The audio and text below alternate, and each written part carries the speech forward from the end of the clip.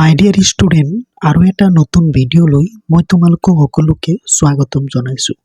ছাত্ৰ ছাত্ৰীসকল, আজিৰ ভিডিঅ'টোৰ পৰা আমি শিকিবলৈ গৈ আছোঁ নেগেটিভ সেন্টেন্স কেনেকৈ কৰা হয় আৰু নেগেটিভ সেন্টেন্স কৰাৰ নিয়ম কি কি নিয়মৰ মাধ্যমেৰে কি নিয়মৰ জৰিয়তে নেগেটিভ সেন্টেন্স কৰা হয় আমি সুন্দৰভাৱে এই ভিডিঅ'টোৰ পৰা শিকিম আৰু জানিম।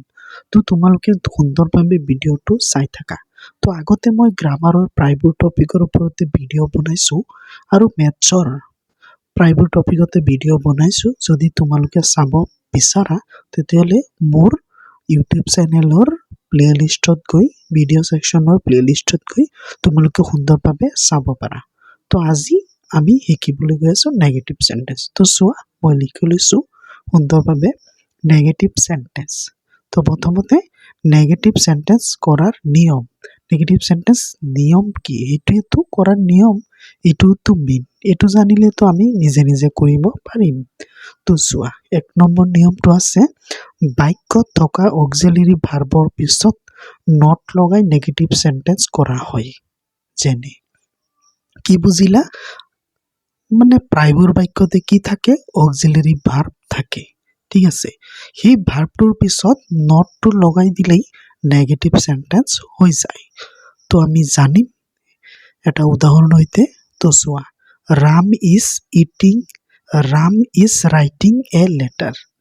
Ram is writing a letter.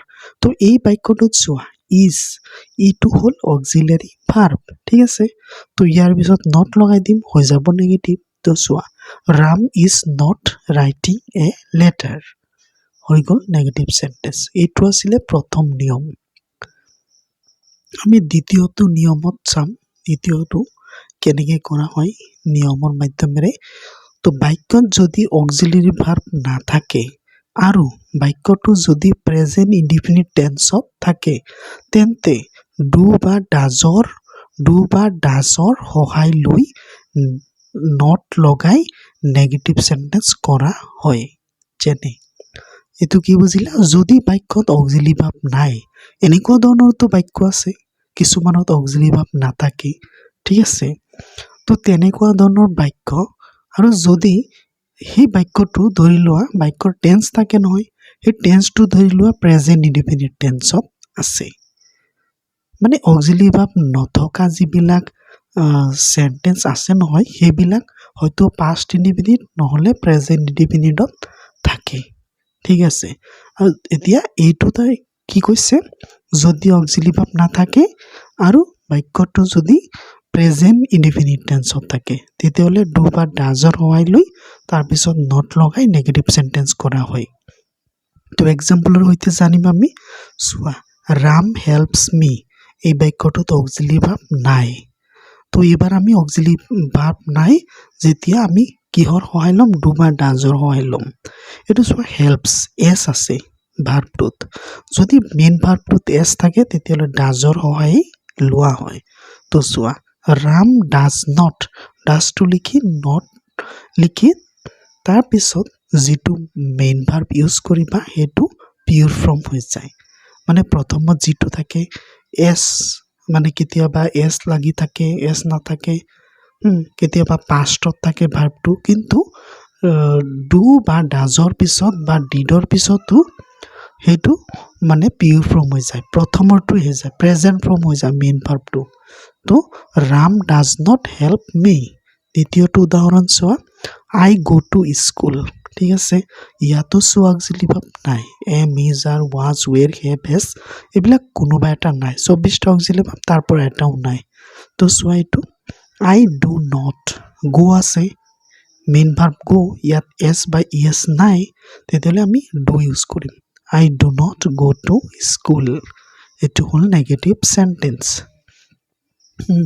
তাৰপিছত আৰু নিয়ম আছে, সেইবিলাকো আমি শিকিম। আৰু এটা চাওঁ, বাক্যত যদি অক্সিলাৰী ভাৰ্ব নাথাকে আৰু যদি বাক্যটো পাষ্ট ইনডিফিনিট টেন্সত থাকে তেন্তে ডিডৰ সহায় লৈ নট লগাই নেগেটিভ সেন্টেন্স কৰা হয়।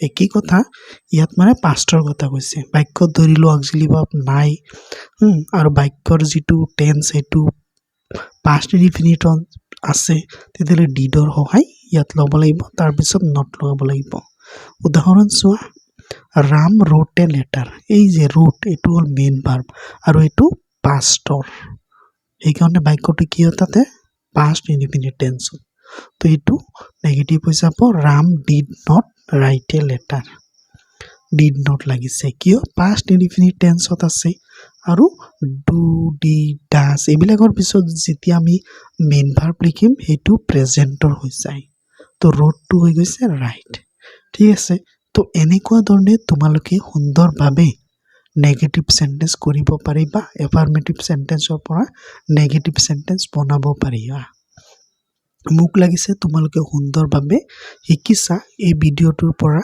কেনেকৈ নেগেটিভ সেন্টেন্স কৰা হয় তো এনেকুৱা ধৰণৰ ভিডিও চাবলৈ এই চেনেলটো সাবস্ক্ৰাইব কৰি ৰাখা আৰু তোমালোকৰ বন্ধুবৰ্গলৈ শ্বেয়াৰ কৰি দিবা ধন্যবাদ